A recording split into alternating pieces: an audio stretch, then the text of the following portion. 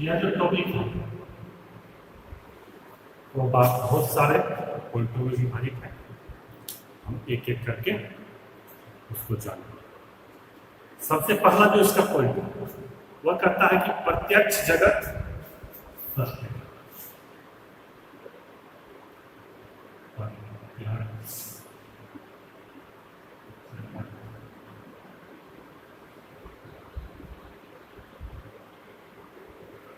यह है यथार्थवाद विज्ञान मीमांसा सिद्धांत का पहला।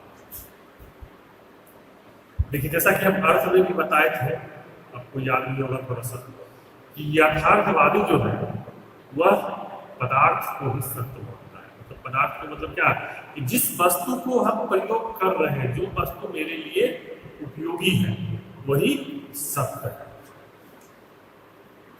यथार्थवादी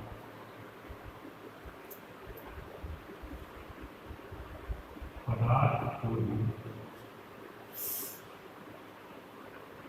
सत्य एवं वास्तविक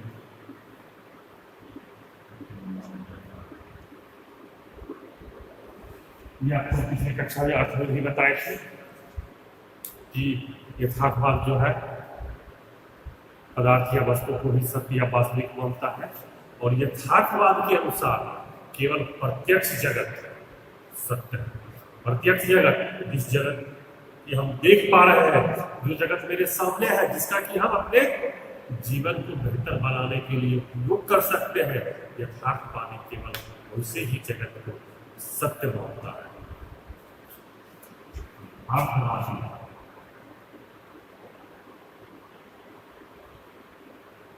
केवल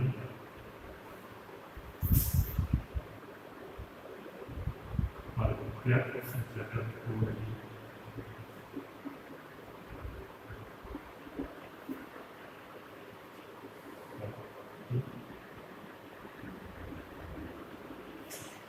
भगवान जो है, जो दिख रहा है सिर्फ उसी को वह सत्य मानेगा। और एक यथार्थवादी इस बात का दावा भी करता है।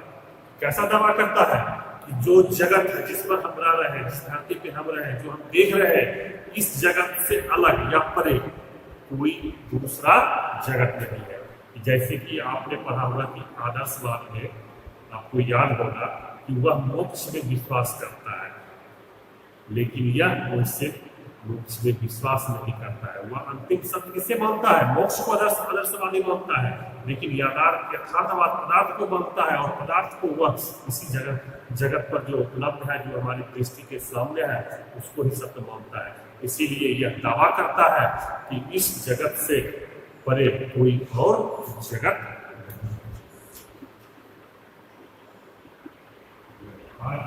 नहीं।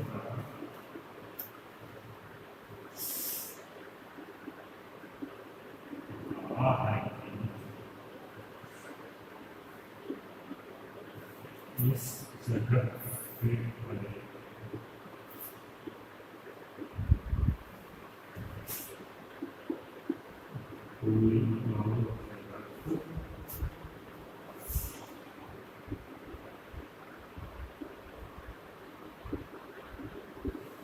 कोई और जगत नहीं मानता है। क्यों नहीं मानता है? क्योंकि वह प्रत्यक्ष को ही सत्य मानता है, इसलिए वह दूसरे किसी जगत या मोक्ष को वह सत्य नहीं मानता है। अतः आदर्शवादियों की तरह यथार्थवादी वह प्रत्यक्ष जगत में बिल्कुल भी विश्वास नहीं करते। जैसे कि आदर्शवादी और प्रत्यक्ष जगत मोक्ष में विश्वास करता है, लेकिन इसके विपरीत यथार्थवादी प्रत्यक्ष जगत के अलावा किसी भी जगत में विश्वास नहीं करता है। मतलब वह प्रत्यक्ष जगत में विश्वास नहीं करता है। अतः आदर्शवादियों की तरह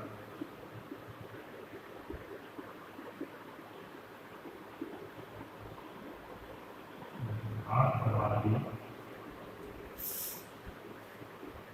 और प्रत्यक्ष जगत में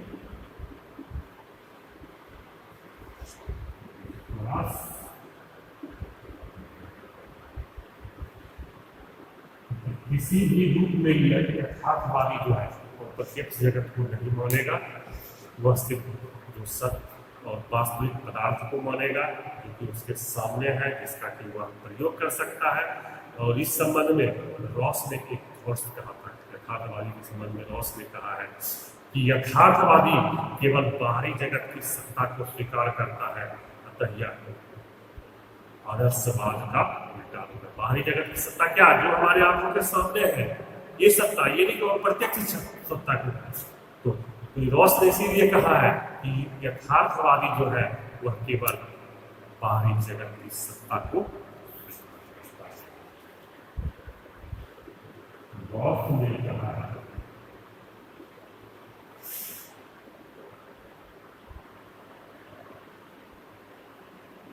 यथार्थवादी सिर्फ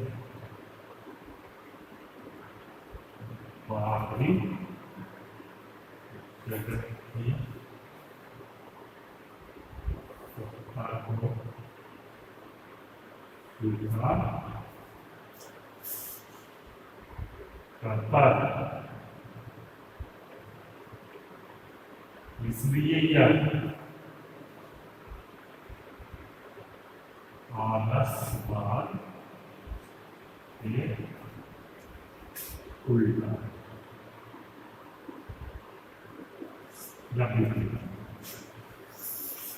तो ये था पहला पॉइंट कि प्रत्यक्ष जगत सत्य है। इसको एक बार और समझ लेते हैं। प्रत्यक्ष जगत का कहने का मतलब है कि जो वस्तु या पदार्थ मेरे आंखों के सामने है, मनुष्य के आंखों के सामने है, जिसका कि वह उपयोग कर सकता है, उसको केवल सत्य मानता है। बाहरी जगत जैसे कि मोक्ष, आदर्शवाद मानता है, इसलिए वह बिल्कुल भी विश्वास नहीं करेगा। और यह आदर्शवाद के बिल्कुल विपरीत है। क्यों विपरीत है? क्योंकि आदर्शवाद जो है वह प्रत्यक्ष जगत मोक्ष में विश्वास करता है, लेकिन यह ऐसे किसी भी प्रत्यक्ष जगत में यथार्थवादी विश्वास नहीं करता। ये था हमारा पहला पॉइंट। अब आते हैं दूसरा पॉइंट। दूसरा पॉइंट जो है वह है ज्ञानेंद्रियां ज्ञान के द्वारा है।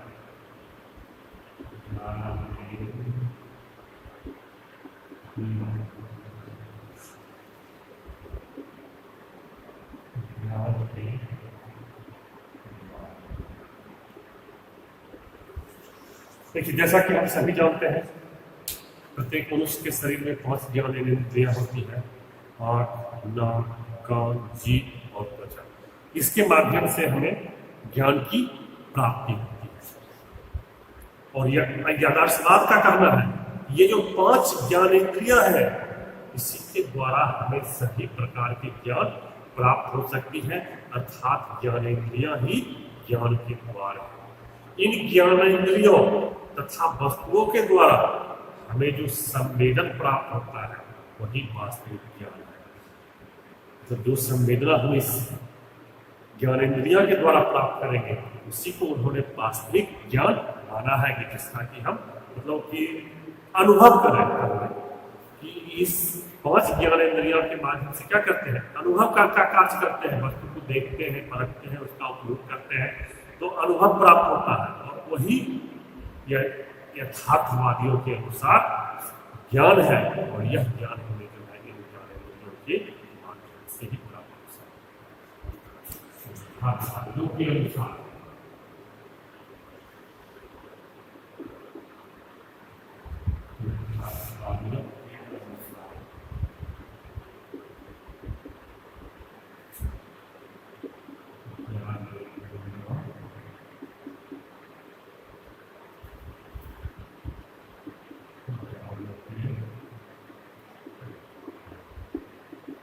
आप जब लिखिएगा तो ब्रैकेट में 5 ज्ञानेंद्रियां का नाम भी लिख दीजिएगा।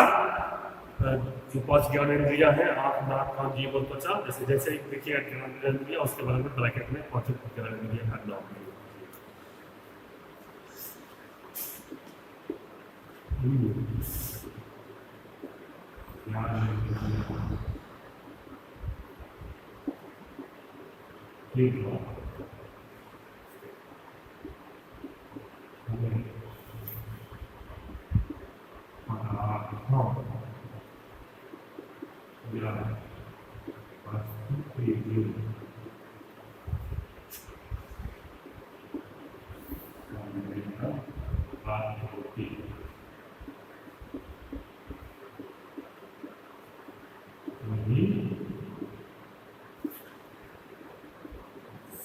विचार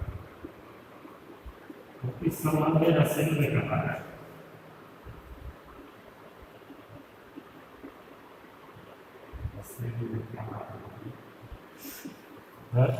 रसेल ने थॉट दिया है कि मेरा विचार है कि अंतिम रूप से पदार्थ की रचना अणु नहीं है। जैसे कि हम लोग मानते हैं कि अणु परमाणु से पदार्थ की रचना होती है, लेकिन यथार्थवादी रसेल जो है वो कहते हैं कि मेरा मानना है कि अंतिम रूप से पदार्थ की रचना अणु नहीं है बल्कि संवेदनाएं हैं।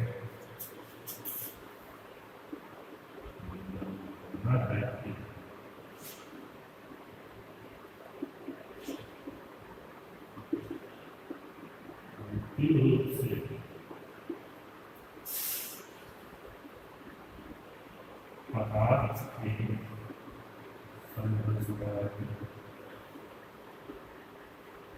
अणु नहीं है बल्कि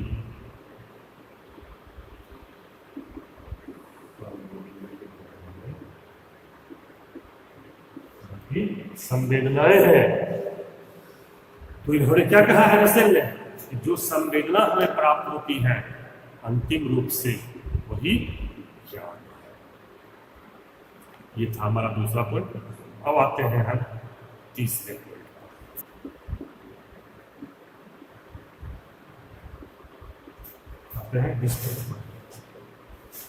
देखिए, ये जो यथार्थवादी विचारधारा है इसमें कल्पना का कोई स्थान ही नहीं है कि हम कल्पना करेंगे वो सत्य होगा, ऐसा कोई स्थान नहीं है। क्योंकि यह पहले ये पॉइंट में हम बता दिए थे, यह प्रत्यक्ष को ही सत्य मानता है। तो इस विचारधारा में कल्पना का कोई स्थान नहीं है। और यथार्थवादी इस बात का दावा भी करता है कि आत्मा, परमात्मा, परलोक, मोक्ष सब केवल कल्पना की उपज है। तो मतलब जो हम देख नहीं रहे हैं, जिसके बारे में सुनते हैं, उसको केवल वह कल्पना की उपज मानता है। और कल्पना को यथार्थवादी जो है तो कोई स्थान नहीं देता है। यथार्थवादी विचारधारा में कल्पना का कोई स्थान नहीं है।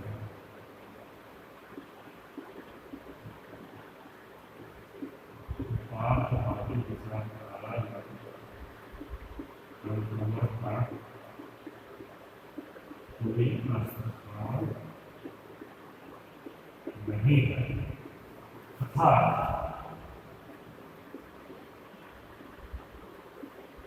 यथार्थवादी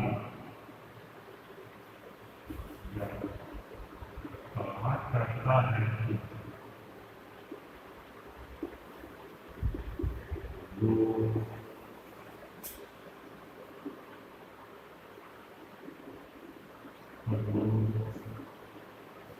मोक्ष इत्यादि कल्पना की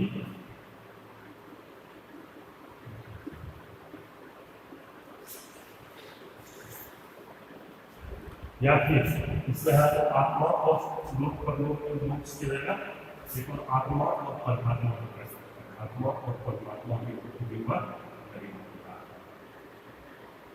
आत्मा परमात्मा इन सबको केवल नहीं मानता, इस सब को वह कल्पना की उपज मानता है। अतः यथार्थवादी विचारधारा जो है आत्मा तथा परमात्मा के अस्तित्व संबंधी दर्शन जो कि आदर्शवाद है, उसका विरोध करते हुए वैज्ञानिक की तरह भौतिक विज्ञान को स्वीकार करता है।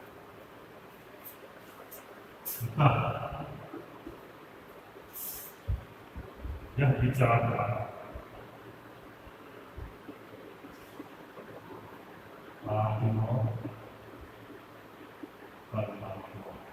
इसमें हम आत्मा परमात्मा भी ले सकते हैं, मोक्ष भी मान सकते हैं, या फिर लोक परलोक भी मान सकते हैं कि जो भी है वो प्रत्यक्ष है। वो सब इस विचारधारा के अंतर्गत जो है आत्मा सबकी, आत्मा परमात्मा के सबके अस्तित्व जितना भी होता है सभी के अस्तित्व संबंधी दर्शन का संबंधी दर्शन का विरोध करते हुए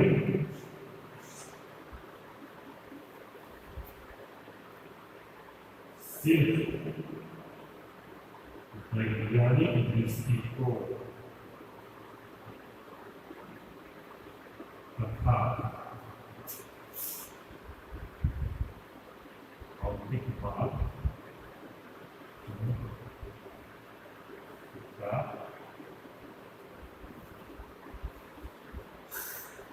मतलब कि जिस चीज को जो है ये लोक परलोक मोक्ष आत्मा परमात्मा आदर्शवाद मानता है कि सत्य है, यथार्थवाद इस सभी को विरोध करता है। ये सभी चीजें हैं ही नहीं, जैसे कि हम पिछले पॉइंट में बताए हैं कि सबको वह कल्पना की उपज मानता है और वह सत्य किसे मानता है, सिर्फ वैज्ञानिक दृष्टिकोण को सत्य मानता है। और वैज्ञानिक दृष्टिकोण से खोजी हुई वस्तुएं जो मनुष्य के जीवन को जीने में सुलभ बनाती है, या मनुष्य जिस वस्तुओं का प्रयोग कर सकता है केवल उसे ही वह सत्य मानता है। बाकी सभी को वह जो आंखों से ओझिल है, जिसे कि हम सिर्फ मान्यता के आधार पर आदर्शवादी दर्शन के रूप में मानते आए हैं, चाहे वह आत्मा की अवधारणा हो, परमात्मा की अवधारणा हो, लोक परलोक हो या मोक्ष की अवधारणा हो। जो आदर्शवाद का इन सब में अटल विश्वास है, वही अटल विश्वास को यथार्थवादी जो है पूरी तरह से नकार देती है और उसका विरोध करती है। तो ये था हमारा तीसरा पॉइंट, आदर्शवाद का विरोध। अब हम अगले पॉइंट की चर्चा जो है अगले क्लास में